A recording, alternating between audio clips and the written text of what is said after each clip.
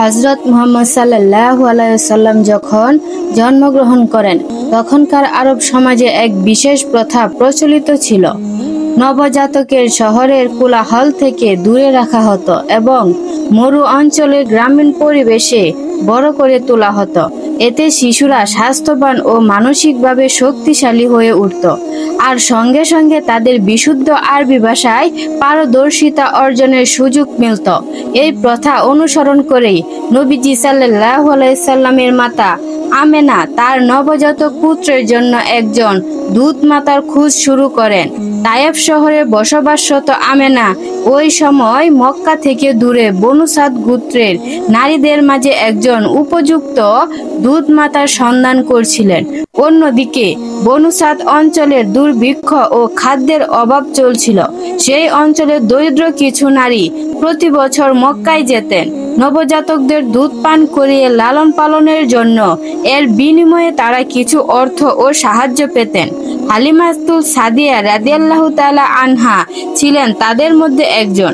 তিনি দুর্বল একটি গাধায় চড়ে একটি বৃদ্ধা মাদি উট নিয়ে মক্কার উদ্দেশ্যে রওনা হন। কিন্তু রওনাকালে হযরত হালিমা রাদিয়াল্লাহু তাআলা আনহা এর গাধাটি দুর্বল হওয়ার কারণে খুবই ধীরে ধীরে চলছিল। ফলে অন্যান্য দুধ মায়ের অনেকটা এগিয়ে ছিল এবং তারা বহু দ্রুত মক্কায় পৌঁছে গেল। কিন্তু হালিমা রাদিয়াল্লাহু তাআলা আনহা তার জীর্ণশীর্ণ গাধাটি নিয়ে বহু কষ্টে ধীরে ধীরে মক্কায় পৌঁছালেন। মক্কায় পৌঁছানোর পর হালিমা রাদিয়াল্লাহু তাআলা আনহা ও অন্যান্য মহিলাদের সামনে শিশুদের নিয়ে আসা হলো। 2 দিনের মধ্যেই প্রত্যেকে একজন করে শিশু গ্রহণ করে ফিরে যেতে লাগলেন। কিন্তু হালিমাই রয়ে গেলেন, কারণ তার ভাগ্যে তখনও কোনো শিশু জুটেনি। 2 দিন ধরে বারবার তার সামনে যে শিশুটিকে আনা হচ্ছিল সেই শিশুটি ছিলেন এতিম হযরত মুহাম্মদ সাল্লাল্লাহু আলাইহি ওয়াসাল্লাম। যেহেতু তার পিতা বেঁচে নেই, তাই কেউ তাকে নিতে রাজি হচ্ছিল না। মনে করছিল একটি এতিম শিশুর পরিবারে আর কেই বা সাহায্য করতে পারবে। যারা ধনী তাদের সন্তানদের পিছনে খরচ করা যায়, কিছু পাওয়ার আশা থাকে, কিন্তু এই শিশুর তো পিতা নেই, মায়ের পক্ষ থেকেও কিছু আশা করা যায় না। তাই অনেকেই মুখ ফিরিয়ে নিলেন। হালিমার দলের সবাই যখন শিশু নিয়ে ফিরে যেতে প্রস্তুত, হালিমার কুল তখনও ফাঁকা। স্বামীর সঙ্গে মিলে তিনিও ফেরার সিদ্ধান্ত নিলেন। কিন্তু ঠিক সেই সময় হালিমা তার স্বামীকে বললেন, আল্লাহর কসম, সবাই যদি শিশু নিয়ে ফিরে যায় আর আমি যদি একেবারেই শূন্য হাতে ফিরি, তাহলে সেটা মেনে নেওয়া আমার পক্ষে অসম্ভব এবং খুবই কঠিন। আমি যাচ্ছি ওই হাসিম এতিম শিশুটির কাছে, তাকেই নিয়ে যাব। স্বামী বললেন, যাও, হতে পারে তার মাঝে আমাদের জন্য বরকত আছে। অতঃপর হালিমা রওনা দিলেন আমেনার বাড়ির দিকে। পৌঁছে তিনি যখন আমেনাকে বললেন শিশুটিকে নিয়ে যেতে চান, আমেনা তখন সোজা সাপটা জানিয়ে দিলেন, আমি দুঃখিত, আমি এর বিনিময়ে কিছুই দিতে পারবো না। ওর বাবা নেই, আমার পক্ষে কোনো পারিশ্রমিক দেওয়া সম্ভব না। কিন্তু হালিমার হৃদয় গলে গেল নবীজি সাল্লাল্লাহু আলাইহি সাল্লামের চাঁদের মতো মুখ দেখে। এমন কোমল শান্ত চেহারা দেখে তার মনে আর কোনো হিসাব নিকাশ রইল না। বিনা কোনো পারিশ্রমিকেই ভালোবেসে শিশুটিকে তিনি কোলে তুলে নিলেন। আর এই একটি ছোট্ট সিদ্ধান্ত, যেটার পিছনে ছিল না কোনো প্রত্যাশা, ছিল না কোনো পারিশ্রমিকের হিসাব, সেইটুকুই বদলে দিল পুরো জীবন। হালিমা শুধু ভালোবাসা থেকে গ্রহণ করেছিলেন নবীজিকে, আর আল্লাহ তার এই নিঃস্বার্থ ভালোবাসার প্রতিদান দিলেন অকল্পনীয় বরকতে। হালিমা রাদিয়াল্লাহু তাআলা আনহা নিজেই বলেন, আমি যখন নবীজিকে নিয়ে বাড়ি ফিরলাম আর তাকে কুলে নিয়ে স্তন দান করলাম, তিনি শান্তভাবে দুধ পান করলেন। আর অবাক করা বিষয়, আমার নিজের সন্তানও সেদিন তৃপ্তির সঙ্গে দুধ খেল। সেটা অনেক দিন পর ঘটল। এরপর দুজনে ঘুমিয়ে পড়ল, এমন গভীর ঘুম যা আমি আগে কখনো দেখিনি। অন্যদিকে হালিমার স্বামী যখন তাদের সেই বুড়ো উটটিকে দুধ দহনের জন্য ধরলেন, তিনি বিস্ময়ে দেখলেন উটটির উলানে দুধে ভর্তি। এত দুধ এলো কোথা থেকে? সেদিন রাতে তারা এমনভাবে পরিপূর্ণ দুধ পান করলেন যে দীর্ঘদিন পর তারা তৃপ্তি সহকারে ঘুমাতে পারলেন। সকালবেলা হালিমার স্বামী চোখে চমক নিয়ে বললেন, হে হালিমা, আল্লাহর কসম, তুমি এক বরকতময় শিশু গড়ে এনেছ। হালিমা শান্ত গলায় উত্তর দিলেন, আমারও মনে হয়, এক্ষুনি তাই মনে হচ্ছে। পরদিন যখন তারা ঘরে ফেরার প্রস্তুতি নিয়েছিলেন, তখনই তারা হঠাৎ করে দেখলেন যে উটনিটি চড়ে তারা মক্কায় গিয়েছিলেন, যেটা ঠিক মতো হাঁটতই না, সেই উটনি হঠাৎ দ্রুত গতিতে চলতে লাগলো যে পুরো কাফেলার সামনে চলে গেল। যারা আগে ছিল তারা অবাক হয়ে জিজ্ঞাসা করলো, এটা কি সেই উটনি যেটা কষ্ট করে পিছনে আসছিল? হালিমা হেসে বলল, হ্যাঁ, এটাই। অবশেষে হালিমা রাদিয়াল্লাহু তাআলা আনহা ও তার পরিবারের ছোট্ট নবীজিকে নিয়ে বনু সাদ গোত্রে নিজ বাড়িতে ফিরে এলেন। আগে তারা ভাবতো তাদের এলাকাটাই বোধহয় সবচেয়ে কষ্টের মধ্যে আছে, কিন্তু মক্কা থেকে ফিরে আসার পর এক নতুন বাস্তবতা চোখে পড়ল। বরকতের এক অপার দরজা যেন খুলে গেল তাদের জন্য। তাদের বকরিগুলো প্রতিদিন চরণভূমিতে যেত আর ফিরে আসতো দুধে পরিপূর্ণ উলান নিয়ে। তারা আরামে দুধ দহন করত, সন্তুষ্ট পেট ভরে দুধ খেতেন। অথচ আশেপাশের লোকদের পশুগুলো ক্ষুধার্ত ও শূন্য উলান নিয়ে ঘরে ফিরত। কেউ কেউ হতাশ হয়ে তাদের রাখালদেরকে বলতো, তোমরা কি দেখো না বনু জুনাইবার মেয়ে হালিমার পশুগুলো কেমন সুস্থ? যেখানে সে পশুগুলো রাখে সেখানে তোমরাও আমাদের পশুগুলো নিয়ে যাও। কিন্তু রাখালরা সেই একই জায়গায় সেই পশুগুলো নিয়ে গেলেও তাদের ভাগ্যে কিছুই জুটত না, কারণ এটা শুধু চরণভূমির ব্যাপার ছিল না, এটা ছিল আল্লাহর বরকতের ফল। হালিমার ঘরে তখন ছিল তার ছোট্ট মেয়ে সাইমা ও ছোট্ট ছেলে আব্দুল্লাহ। 5 বছর বয়সী সাইমা তার ছোট ভাইয়ের মতোই নবীজিকে ভালোবেসে ফেলেছিল। প্রতিদিন নবীজিকে গোসল করাতো, কোলে নিয়ে বাইরে যেত ও নবীজির সব কাজ করত। এভাবে 2টি বছর কেটে গেল। হালিমার ঘরে নবীজি সাল্লাল্লাহু আলাইহি সাল্লাম শুধু তাদের ঘরেই নয়, তাদের জীবনেও আলো হয়ে উঠলেন। তার দেহ গঠন ও আচরণ সবকিছুই ছিল ব্যতিক্রম। মাত্র 2 বছরের মধ্যেই তিনি শারীরিকভাবে খুবই মজবুত হয়ে উঠলেন। 2 বছর পূর্ণ হলো। হযরত মুহাম্মদ সাল্লাল্লাহু আলাইহি সাল্লামকে লালন পালনের সময় শেষ হয়ে গেল। হালিমা রাদিয়াল্লাহু তাআলা আনহা ও তার স্বামী শিশু মুহাম্মদকে নিয়ে চলে গেলেন তাদের প্রকৃত মা আমেনার কাছে। তবে অন্তর থেকে শিশু মুহাম্মদ সাল্লাল্লাহু আলাইহি সাল্লামকে ফিরিয়ে দিতে চাইছিলেন না তারা চাইছিলেন এই আলুগারা শিশুটিকে আরো কিছু সময় ঘরে রাখতে। তারা জানতেন এই শিশুর উপস্থিতিতে তাদের সংসারে অপার শান্তি আর বরকত এনে দিয়েছে। তাই তারা শিশু নবীর আম্মাজান আমিনার কাছে গিয়ে তাদের মনের কথা খুলে বললেন। হালিমা রাদিয়াল্লাহু তাআলা আনহা মা আমেনাকে বললেন, আম্মা, যদি আপনার পুত্রকে আমাদের কাছে আরো কিছুদিন রাখতে দেন তাহলে আরো সুস্থ ও সবল হয়ে উঠবে। আর মক্কায় এখন নানা ধরনের অসুখ বিসুখ ছড়িয়ে পড়েছে, আমরা তাই বেশ শঙ্কিত। এই আন্তরিকতা আর ভালোবাসা দেখে আমেনার মন গলে গেল। তিনি দেখলেন হালিমার চোখে জল একজন মায়ের মতো আবেগে কাঁদছে। তার কণ্ঠ তাই আর দ্বিধা করলেন না সন্তানের মঙ্গলের চেয়ে, এবং হালিমার গভীর মমতা অনুভব করে তিনি বললেন, নিয়ে যাও, তবে সাবধানে রেখো আমার সন্তানকে। এই কথা শোনার পর হালিমা রাদিয়াল্লাহু তাআলা আনহা ও তার স্বামী যেন আনন্দে অভিভূত হয়ে গেলেন। হযরত হালিমা রাদিয়াল্লাহু তাআলা আনহা বলেন, যখন থেকে হযরত মুহাম্মদ সাল্লাল্লাহু আলাইহি সাল্লাম আমার জীবনে এলেন তখন থেকে আমার জীবন বদলে গেল। তার বরকতে আমাদের জীবনে সুখ সমৃদ্ধ ফিরে এলো। আমি তার প্রতি এতটাই মুগ্ধ হয়েছিলাম যে মুহাম্মদ সাল্লাল্লাহু আলাইহি সাল্লামের নাম রেখেছিলাম বরকতময় শিশু। যখন প্রিয় নবীজির বয়স হলো 3 বছর, তখন একদিন হালিমা সাদিয়া রাদিয়াল্লাহু তাআলা আনহু এর নিজের মেয়ে নবীজির দুধ বোন সাইমা তার মায়ের কাছে এসে বলল, আম্মি, যখন আমি বকরিগুলো চড়াতে যাই তখন আমার মন তো ভাই মুহাম্মদ ছাড়া কোথাও বসে না। আমি একটা কাজ করো, আমি যখন বকরিগুলো নিয়ে যাব তখন আমার ভাই মুহাম্মদকে আমার সঙ্গে পাঠিয়ে দিও। এই কথা শুনে হালিমা সাদিয়া রাদিয়াল্লাহু তাআলা আনহা খুব নরম সুরে বলে উঠলেন, না মা, মুহাম্মদ তো এখনো অনেক ছোট, খুবই কোমল আর লাজুক। যদি রুদের কষ্ট পায়, দেখো না কি সুন্দর, কি মুবারক মুখ। আমি আমার ওই রাজপুত্রকে কোনো কষ্ট দিতে চাই না।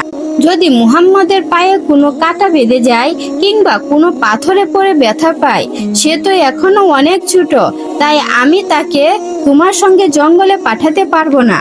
সেখানে অনেক বন্য জন্তু আছে, তারা কষ্ট দিতে পারে। এই রাজপুত্রকে আমি কষ্টের মাঝে ফেলতে পারবো না।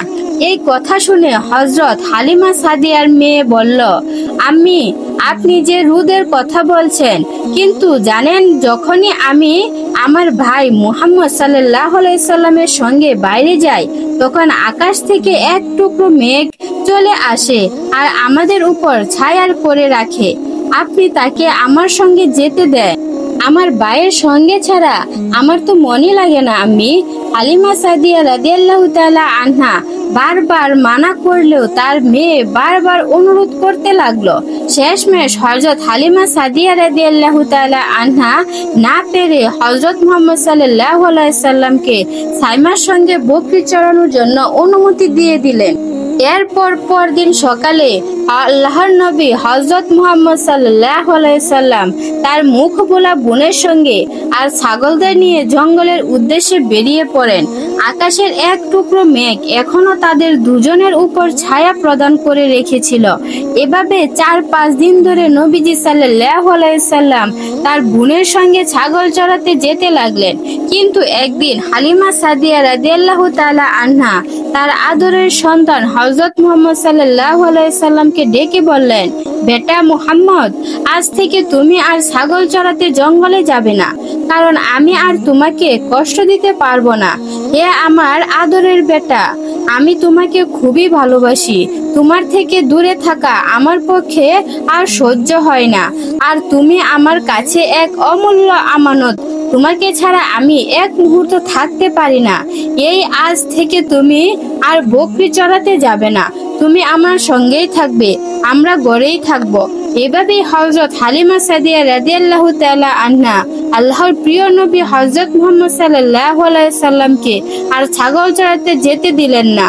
যেদিন থেকে নবীজি সাল্লাল্লাহু আলাইহি সাল্লাম তার বোনের সঙ্গে আর ছাগল চড়াতে জঙ্গলে যাননি, এমন করতে করতে টানা 3 দিন পর্যন্ত তিনি বকরির সঙ্গে জঙ্গলে গেলেন না। তৃতীয় দিনে হযরত হালিমা সাদিয়া রাদিয়াল্লাহু তাআলা আনহা দেখলেন তার মেয়ে কাঁদতে কাঁদতে বাড়িতে ফিরে এসেছে। এই দেখে দাই হালিমা উদ্বিগ্ন হয়ে বললেন, কি হয়েছে আমার মেয়ে, তুমি কাঁদছো কেন? কি হয়েছে বলো।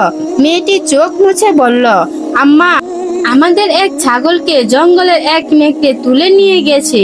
এই কথা শুনে দাই হালিমা সাদিয়া রাদিয়াল্লাহু তাআলা আনহার চোখেও পানি এসে গেল। আর এই দৃশ্য দেখে আল্লাহর নবী হযরত মুহাম্মদ সাল্লাল্লাহু আলাইহি সাল্লাম খুব কষ্ট পেলেন। ছোটবেলা থেকে তার মন এতটাই কোমল ছিল যে কারো দুঃখ তিনি সহ্য করতে পারতেন না। আর এখানে তো তার দুধ মা হালিমা সাদিয়া রাদিয়াল্লাহু তাআলা আনহা চোখের পানি দেখে নবীজি সাল্লাল্লাহু আলাইহি সাল্লামের চোখ দিয়েও অশ্রু গড়িয়ে পড়তে লাগলো। নবীজি তখন বললেন, আম্মি জান, আপনি কাঁদছেন কেন? হালিমা সাদিয়া রাদিয়াল্লাহু তাআলা আনহা বললেন, হে বেটা মুহাম্মদ, আমার ছাগলটাকে এক নেকড়ে ধরে নিয়ে গেছে। কে জানে এখন সেই ছাগলের কি অবস্থা করেছে। এই কথা শুনে আল্লাহর প্রিয় নবী মুহাম্মদ সাল্লাল্লাহু আলাইহি সাল্লাম বললেন, আম্মি জান, আপনি আর কাঁদবেন না, আমরা আমাদের ছাগলটিকে এক্ষুনি ফিরে নিয়ে আসব। এই কথা শুনে হালিমা সাদিয়া রাদিয়াল্লাহু তাআলা আনহা বললেন, না আমার বেটা, তুমি জঙ্গলে যেও না, নেকড়েরা খুবই ভয়ঙ্কর হয়, তারা তোমাকে কোনো ক্ষতি করে ফেলবে।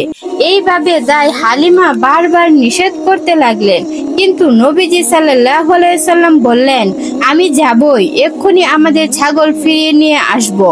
এই বলে আল্লাহর প্রিয় নবী হযরত মুহাম্মদ সাল্লাল্লাহু আলাইহি সাল্লাম ছাগল খুঁজতে জঙ্গলের দিকে রওনা হলেন।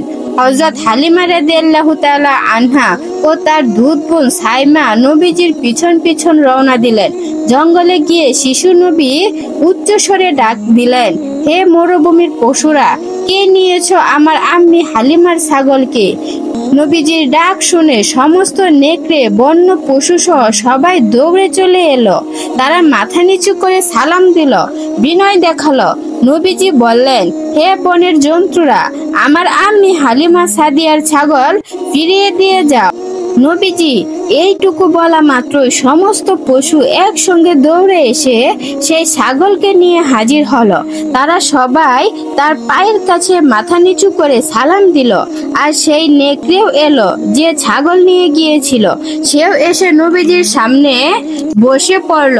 অত্যন্ত আদর ও সম্মানের সাথে বলতে লাগলো, হে আল্লাহর নবী, আপনার জন্য আমাদের জান কুরবান হোক।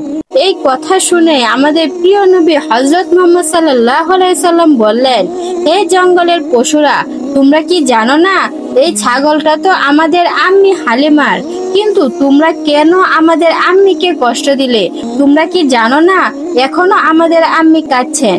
কেন তুলে নিয়ে গেলে আমাদের আম্মির ছাগলটাকে? তখন সেই পশুরা একসঙ্গে বলতে লাগলো, ইয়া রাসূলুল্লাহ, আপনি যখন কিছুদিন এই জঙ্গলে এসেছেন ছাগল চড়াতেন, আমরা লুকিয়ে লুকিয়ে আপনার চেহারা দিদার করতাম। এরপর কিন্তু আপনি জঙ্গলে আসতেন না। 3 দিন কেটে গেল, আপনাকে দেখতে পারছিলাম না। তখন আমরা ঠিক করলাম আপনার দিদার করার আর কোনো উপায় নেই, তাই একটা উপায় বের করলাম। ভাবলাম হালিমা আমার ছাগলটাকে তুলে নিয়ে যায়, নিশ্চয়ই আপনি ফিরবেন আর তখন আমাদের দিদার হবে। আমরা এই জন্য এই কাজটা করেছিলাম, যেন আবার আপনার মুখখানি দেখতে পারি। তারপর তারা আরো বলল, ইয়া রাসূলুল্লাহ, আমাদের জান আপনার উপর কুরবান হোক।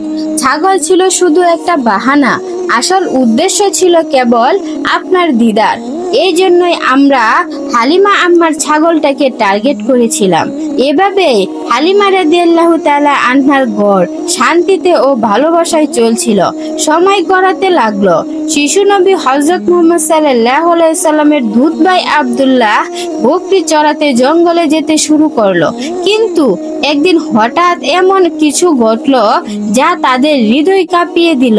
ছোট মুহাম্মদ সাল্লাল্লাহু আলাইহি সাল্লাম তার দুধ ভাই আব্দুল্লাহর সঙ্গে গেলেন ভেড়া চড়াতে, ঠিক যেমন তারা প্রতিদিন ভেড়া চড়াতে যেতেন। কিন্তু কিছুক্ষণের মধ্যেই আব্দুল্লাহ হাঁপাতে হাঁপাতে ছুটে এলো তার মায়ের কাছে। হাঁপাতে হাঁপাতে তার মাকে বলল, আম্মা, আপনি আমার সঙ্গে তাড়াতাড়ি চলুন, কুরাইশি ভাইয়ের কিছু একটা হয়েছে। দুজন সাদা জামা পরা লোক এসে তাকে শুয়ে বুক চিরে কিছু একটা করছিল। এই কথা শুনে হালিমা ও তার স্বামী ছুটে গেলেন সেই স্থানে। সেখানে গিয়ে যা দেখলেন তা দেখে তাদের হৃদয় কেঁপে উঠল। মুহাম্মদ সাল্লাল্লাহু আলাইহি সাল্লামের মুখ রঙিন, চোখে আতঙ্ক, শরীর নিস্তেজ।